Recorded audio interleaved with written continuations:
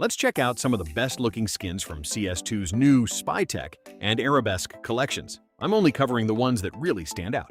First up is the AK-47 Bunashard Auto Exec. I'd recommend getting it in field-tested. It has a glossy blue-to-pink gradient, with plenty of graphics and small text details across the body, including what looks like ammunition information. From the play side, it almost feels like an upgraded version of the Ice Cold. But when you inspect it, the gradient across the body and magazine looks even better. It also kind of makes up for the fact that the AK has never received a proper chromatic aberration-style skin. A CS2 skin giveaway is currently live in my Discord server. Click the link on my profile to join and participate. There aren't many participants yet, so your chances of winning are pretty high. Don't miss out. We'll also host more CS2 skin giveaways and special events from time to time. Everyone is welcome to join. Next is the AK-47 Afan, a consequence of the Jinn. For this one, I'd recommend a low-float field-tested version or better. My first reaction was that it looked like something straight out of the Legend of Neja, bright, fiery, and full of mythical energy. The artwork is extremely detailed and covers almost the entire weapon, including the magazine and barrel. It also isn't pattern-dependent, so you don't need to search for a specific pattern index. As long as you get a low-float field-tested version or anything better, it should look great. The last AK artwork that caught my attention this much was the Nightwish. However, this skin isn't nearly as wear-sensitive, and its color palette is much more varied. It isn't just covered in red and orange. There are blue details around the barrel, gold around the muzzle, and a mix of 3 different colors on the magazine.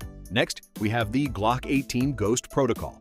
Field-tested should be good enough for this one. The top of the Glock features a really clean color gradient. The last Glock skin with a similar gradient effect was the Trace Lock, but that skin is extremely wear-sensitive.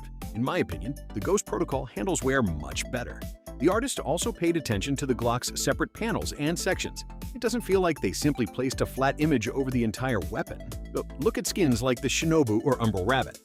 The Glock's panel lines sometimes break up the artwork and make the overall design look less complete. The Ghost Protocol avoids that problem almost perfectly.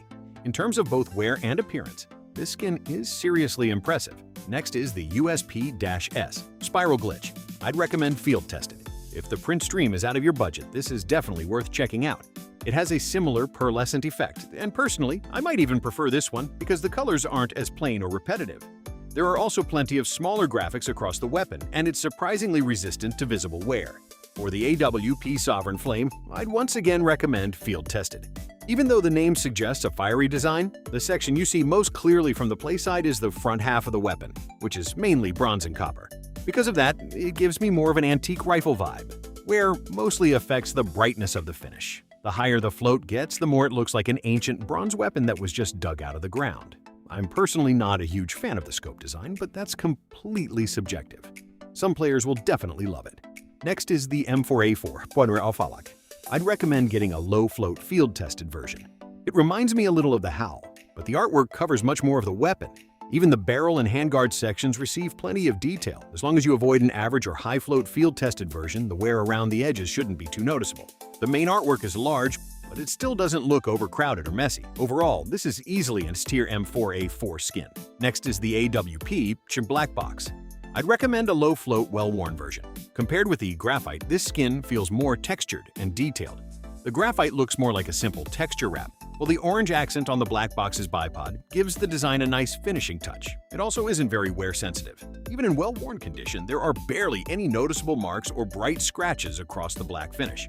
Now, finally, we have the P250 Maidash Lotus Imprint. A low-float, well-worn version should be more than enough. This is easily one of the best-looking P250 skins. There honestly aren't many great-looking options for the P250, but this is definitely one of them. The golden floral patterns give it a luxurious, almost royal appearance, but the colors still don't feel boring. If you look closely, you can also see small details inside the blue sections that almost resemble a starry sky.